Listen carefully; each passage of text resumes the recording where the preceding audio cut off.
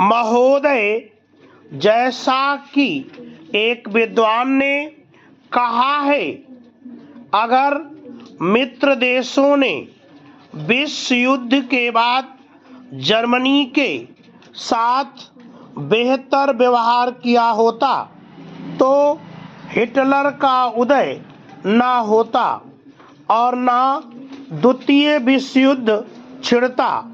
लेकिन उन्होंने उस देश को अपमानित करने की अदूरदर्शी नीति अपनाई। इसलिए प्रतिक्रिया स्वरूप जर्मनी में बदला लेने व एक और लड़ाई की भावना ने जोर पकड़ा। इसलिए इन बातों पर तात्कालिक घटनाओं की दृष्टि से ही विचार नहीं किया जाना चाहिए।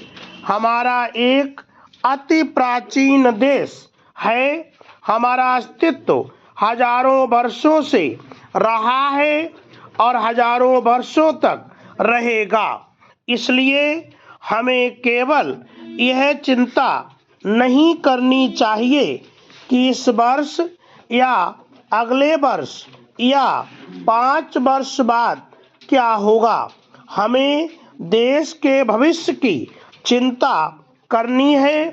इसमें कोई संदेह नहीं कि वह भविष्य निर्भर करता है, शांति पर निर्भर करता है, इस बात पर कि हम अपने सभी लोगों को अवसर की समानता प्रदान कर सकते हैं या नहीं।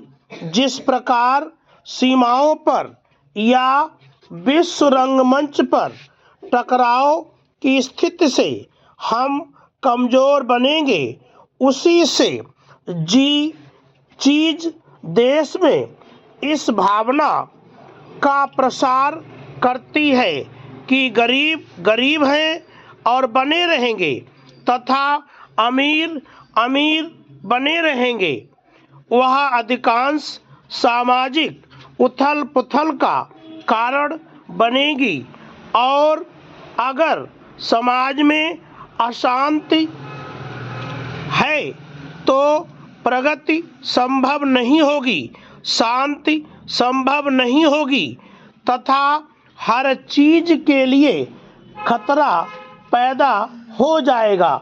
लोगों ने हिंसा का सहारा तभी लिया है जब उन्हें लगा है कि अब किसी भी तरह से प्रगति की ओर बढ़ना संभव नहीं रहा है।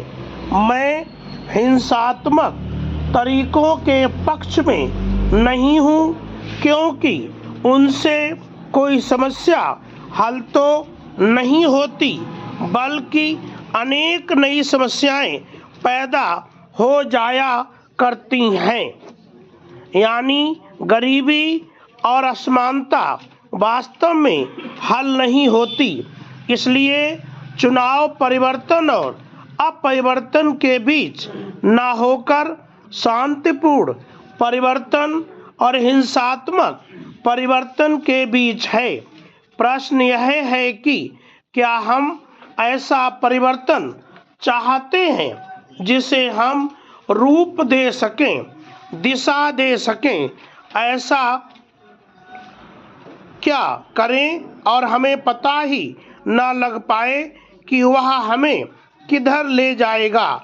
भले ही इस सिलसिले में की गई शुरुआत अच्छे से अच्छे इरादों के साथ क्यों ना हुई हो। पैरा, हम देखते हैं कि हिंदू उग्रवाद मुस्लिम या ईसाई या सिख संप्रदायवाद का सामना न करके उसे बढ़ावा देता है। अगर इनमें से एक भी पनपता है तो दूसरे भी अवश्य पनपेंगे। इसी प्रकार अगर धुर वामपंथ होगा तो धुर दक्षिणपंथी भी सुदृढ़ बनेंगे।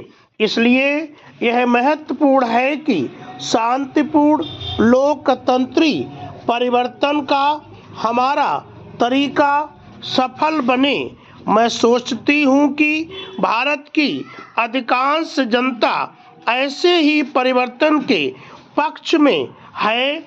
जो लोग ऐसा शांतिपूर्ण परिवर्तन चाहते हैं, उनका यह कर्तव्य है कि वे दिखा दें कि इसके बारे में वे कितने गंभीर और निष्ठावान हैं। स्टॉप।